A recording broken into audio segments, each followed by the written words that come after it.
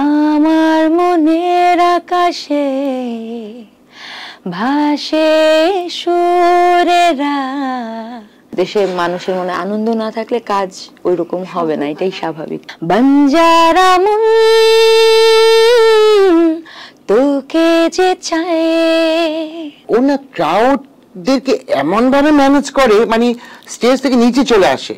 ঈদে তো কাজের একটা প্রেশার থাকে, তো দাদা আপনার ঈদে কি কি কাজ ছিল এবং এখন তো একটু কাজের চাপ কম, কতটা এনজয় করছেন এই সময়টা একটু? না, কাজের কম কি আসলে কি জানো, আমার কিন্তু বেশ কিছু কাজ হয়েছে এই ঈদে। আমি বেশ কিছু কাজ করেছি হয়তো বুবলিকে নিয়ে, দেখেছো হয়তো বা অনেক।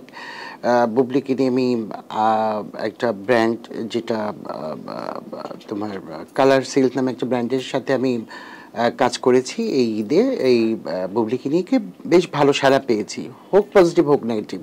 মানে দেখো, কাজ করতে গেলে ভালো মন্দ মিলিয়েই হয়, তা আমি তো আমার বেস্টটা দেওয়ার চেষ্টাই করবো। এখন সবার পছন্দ তো এক হতে হবে না, তাই না?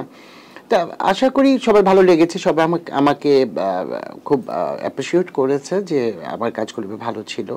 তারপর কিছু মডেল নিয়েও কাজ করেছি, নগরমণির এবং আরও বিভিন্ন ব্র্যান্ডের সাথে কাজ করেছি, আরও লাইফস্টাইলের কাজ করেছি।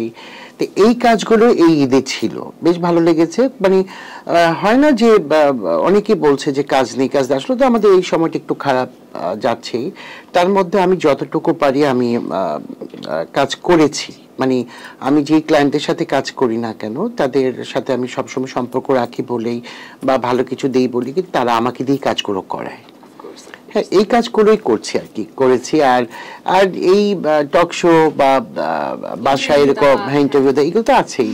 আর ওই যে বাসায় থাকলে রান্না বান্না, খাওয়া দাওয়া, এইসব আর কি। আপনার কেমন গেল ঈদটা? মানে ঈদের কাজের প্রস্তুতি কেমন ছিল, বা ঈদে কোনো নতুন কাজ এসেছে কিনা? ঈদে এবার তুলনামূলক একটু কম কাজ, কারণ দেশের সার্বিক পরিস্থিতিটা খুব একটা আনন্দের না।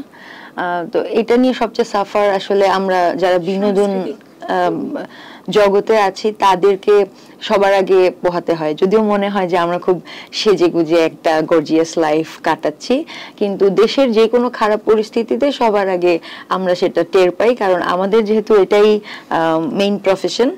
আর দেশের মানুষের মনে আনন্দ না থাকলে কাজ ওই রকম হবে না, এটাই স্বাভাবিক।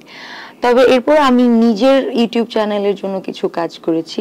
আমার একটা গান বাঞ্জারা মন, ওইটার মিউজিক ভিডিও আমি শেষ করলাম। এটা কিন্তু শুনবো এখনই না, আমরা তো শুনবো, যেহেতু ঈদের একটা আনন্দ আছে, আমরা কিন্তু এটা শুনবো। আচ্ছা, এখনো লিস্ট ওকে, আমি কালের কণ্ঠের জন্য শোনাতেই পারি। অফ কোর্স, প্লিজ 2 লাইন এখনই। ওকে।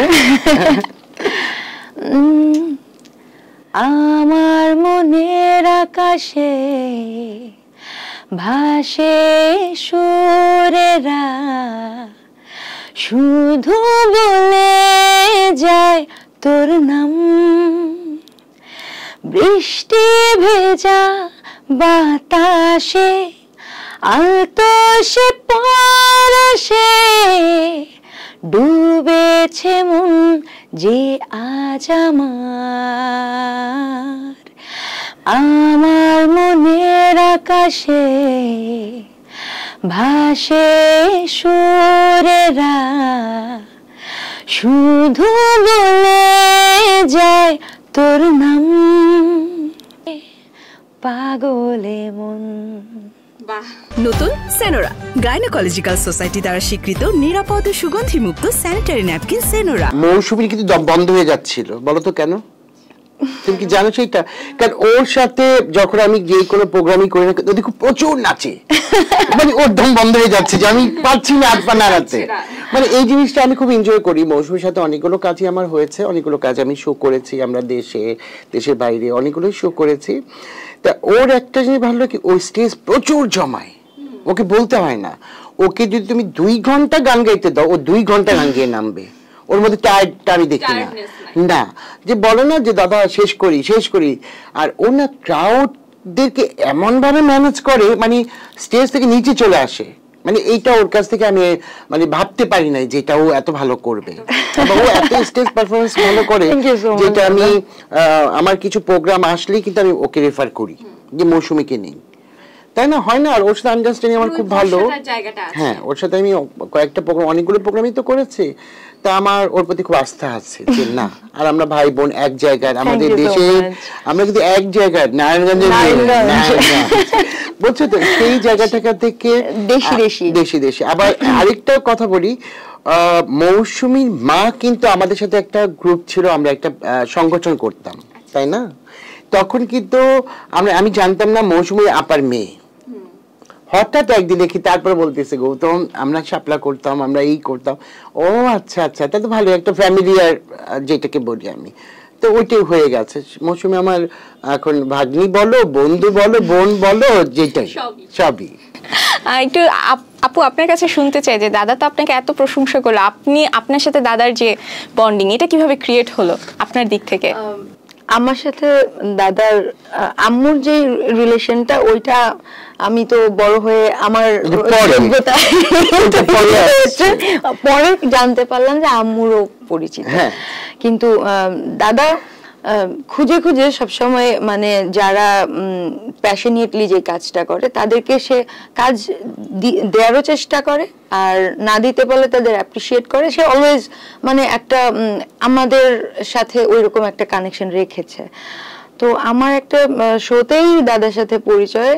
তো মানে উনি এত কেয়ারিং, উনি এত দায়িত্বশীল, যে কোনো একটা প্রোগ্রামে গেলে আমরা খুব সেফ ফিল করি একেবারেই, মানে হ্যাঁ, মানে মনেই হয় না যে আমরা ঘরের বাইরে আছি। আমার দেখা দেখো, আমি আমার মন মানসিকতা কিরকম, সেদিন কিন্তু আখি আলমগীর ছিল সেই শোতে, ও ছিল, তো ওর সাথে আমার পরিচয় নাই। হয় না যে অন্য অর্গানাইজার ওকে নিয়ে গেছে নারায়ণগঞ্জের, ওদের নারায়ণগঞ্জে আমি জানতামই না।